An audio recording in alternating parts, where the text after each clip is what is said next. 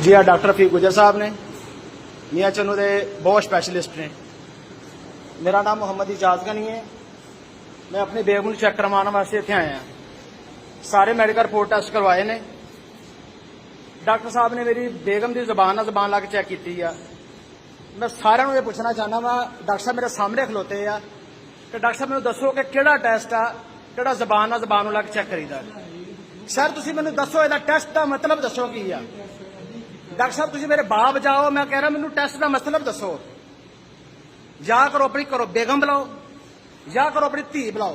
मैं जबान लै बगैर नहीं जाना, अपना रौला भेजना। या मैनूं मार के भेज दिओ या मैं तुहाडा इलाज कर लेना।